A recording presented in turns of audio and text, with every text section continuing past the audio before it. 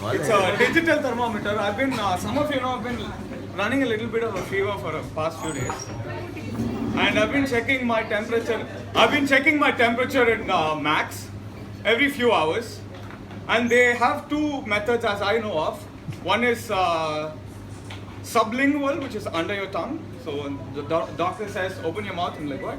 Okay, for the thermometer. And the second thing is axillary, which is under your armpit. Fair enough.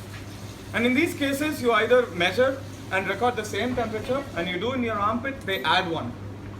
And then the nurse comes and tells me, we also do it by third method.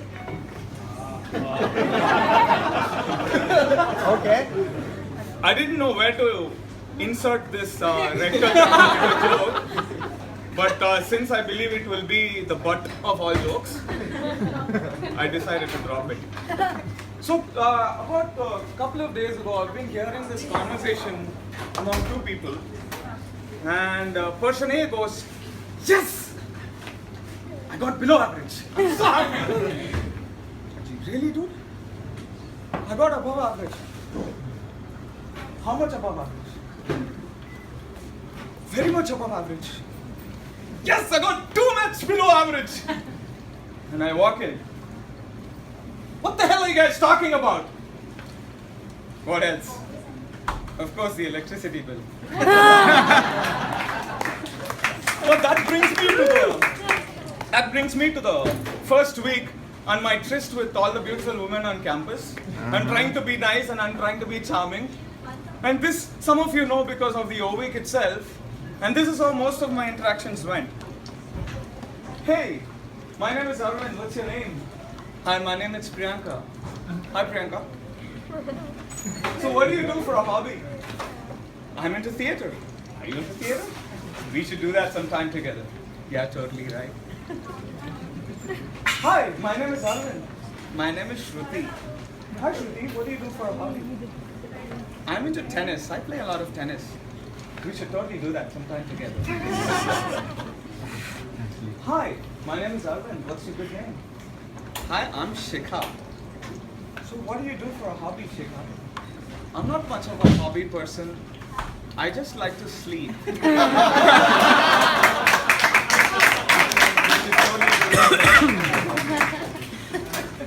It didn't end there. It didn't end there. My embarrassing tryst with women did not end there. I was in this party, and then I was like trying to be nice. I'm like, oh, where do you live? Oh, of course, SV1B.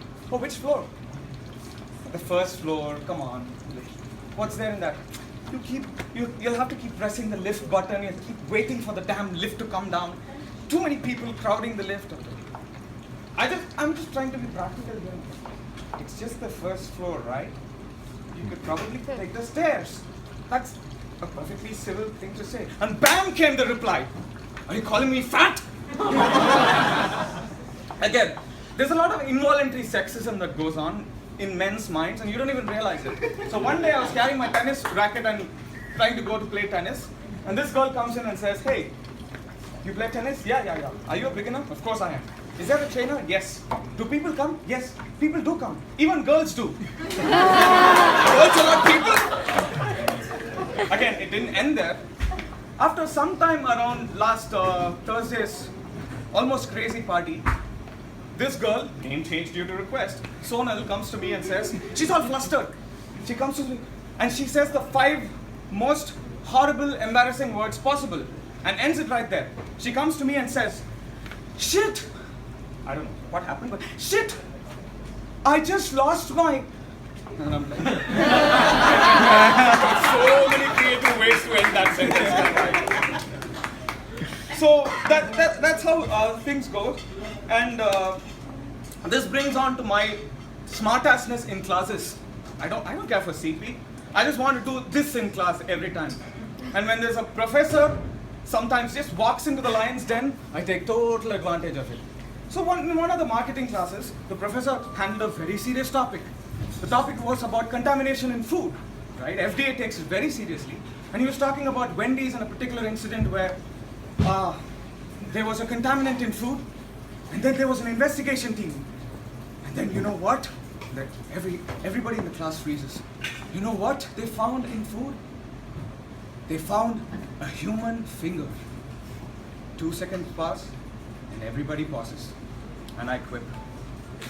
Sir, was it a lady's finger? He goes berserk and I don't think I deserve any CP points in that class after that. That brings me to one of the more interesting things we did during the term break, right?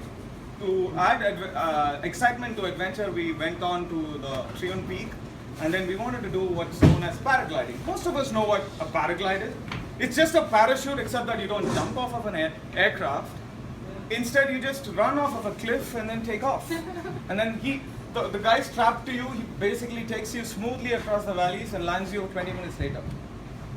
This brings me not just to me, but an interesting character among us. His name is Mr. Arun Shaji Kurkegara. He's sitting right there among us. And he had absolutely no freaking idea what a paraglide was. Okay? It's just a parachute with strings. He comes to me in the car, all of us sitting right there. I'm like, I'm not sure what a paraglide is. But I think it has a pilot in a cockpit. And then a seat for the passenger where I can sit. And then there's a motor that propels this. And then the pilot carries you, takes you on a ride and lands you. Arun, that's not a paraglide. That's SpiceJet Airways.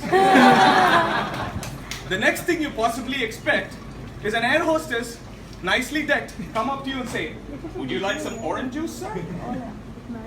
So that's how it goes. But we wanted to immortalize his reactions when he did the actual paragliding. He went, I'm just going to let my imagination fly. Your imagination doesn't have to, Arun. You will. And let's see.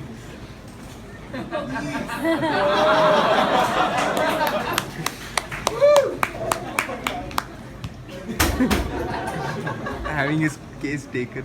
Shit, yeah. Oi, man.